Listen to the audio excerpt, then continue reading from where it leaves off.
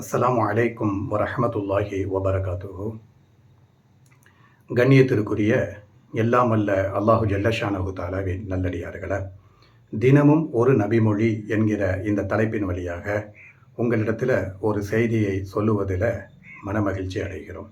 அது என்ன செய்தி அப்படின்னு கேட்டோம்னா, இமாம் முஸ்லிம் ரஹிமஹுல்லாஹு தாலா தன்னுடைய சஹீஹ் முஸ்லிம் என்கிற அந்த ஹதீஸ் கிதாபில் 44வது ஹதீஸாக இந்த ஹதீஸை பதிவு செஞ்சுருக்கிறாங்க.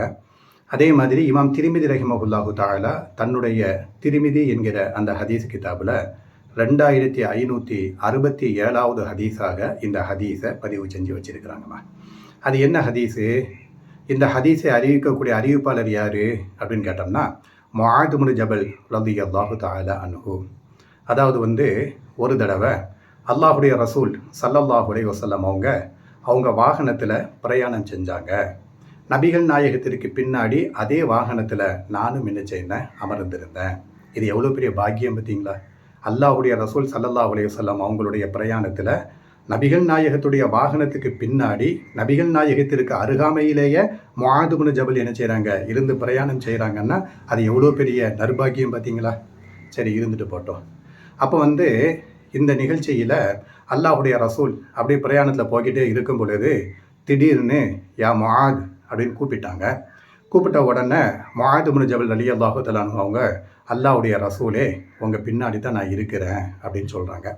உடனே ரசூல் ஸல்லல்லாஹு அலைஹி வஸல்லம் அவங்க முஆத் இப்னு ஜபல்கிட்ட கேட்குறாங்க, முஆது, அடியார்களின் மீது அல்லாஹ்விற்கு இருக்க வேண்டிய உரிமை கடமை என்னவென்று உனக்கு தெரியுமா அப்படின்னு கேட்குறாங்க.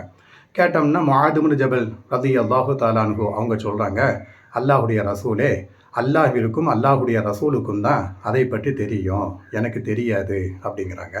அதற்கடுத்து கேட்குறாங்க, அல்லாஹுவின் மீது அடியார்களுக்கு இருக்க வேண்டிய கடமை உரிமை என்னவென்று உனக்கு தெரியுமா அப்படின்னு கேட்குறாங்க. கேட்டோம்னா முஆத் இப்னு ஜபல் ரலியல்லாஹு தஆலா அன்ஹு அவங்க சொல்கிறாங்க, அல்லாஹுடைய ரசூலே, அதுவும் எனக்கு தெரியாது, அல்லாஹ்விற்கும் அல்லாஹுடைய ரசூலுக்கும் தான் தெரியும் அப்படின்னு சொல்கிறாங்க. 2 கேள்விக்கு பதில் சொல்லணும் தானே? அப்போ அல்லாஹுடைய ரசூல் ஸல்லல்லாஹு அலைஹி வஸல்லம் அவங்க சொல்கிறாங்க, எப்பா, அடியார்களின் மீது அல்லாஹ்விற்கு இருக்க வேண்டிய கடமை என்ன அப்படின்னு கேட்டோம்னா, ஒரு அடியான் அல்லாஹ்வை மட்டும்தான் வணங்க வேண்டும். அடியார்களாக இருக்கக்கூடிய நாம என்ன செய்யணுமா? அல்லாஹ்வை மட்டும்தான் வணங்க வேண்டும்.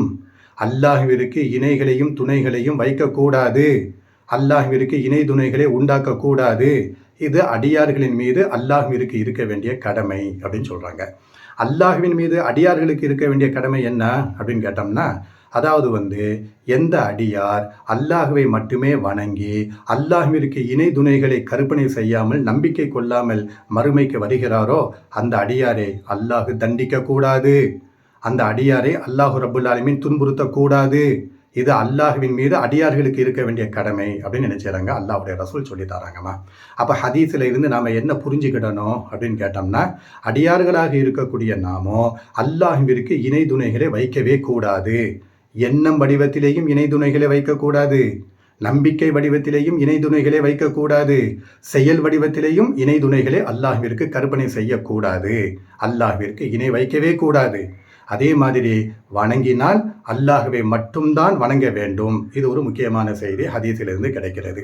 அதே மாதிரி இப்படி தூய்மையான முறையில் அல்லாஹ்வை மட்டும் வணங்கி அல்லாஹ்விற்கு இணை துணைகளை கற்பனை செய்யாமல் நம்பிக்கை கொள்ளாமல் நாளைக்கு மறுமையில் எந்த அடியார் வருகிறாரோ அந்த அடியாரை அல்லாஹ் துன்புறுத்தக்கூடாது, தண்டனை செய்யக்கூடாது.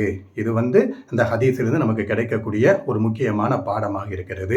எனவே நம்மை படைத்த ரப்புல் ஆலமீன் அந்த அல்லாஹ்வை வஹதானியத்தை கொண்டு ஒருமைப்படுத்த வேண்டும். வணங்கினால் அவனை மட்டும்தான் வணங்குவேன், அவனுக்கு இணை துணைகளை கற்பனை செய்ய மாட்டேன். இது ஒரு முக்கியமான ஒரு நபிமொழி. சரிங்களா?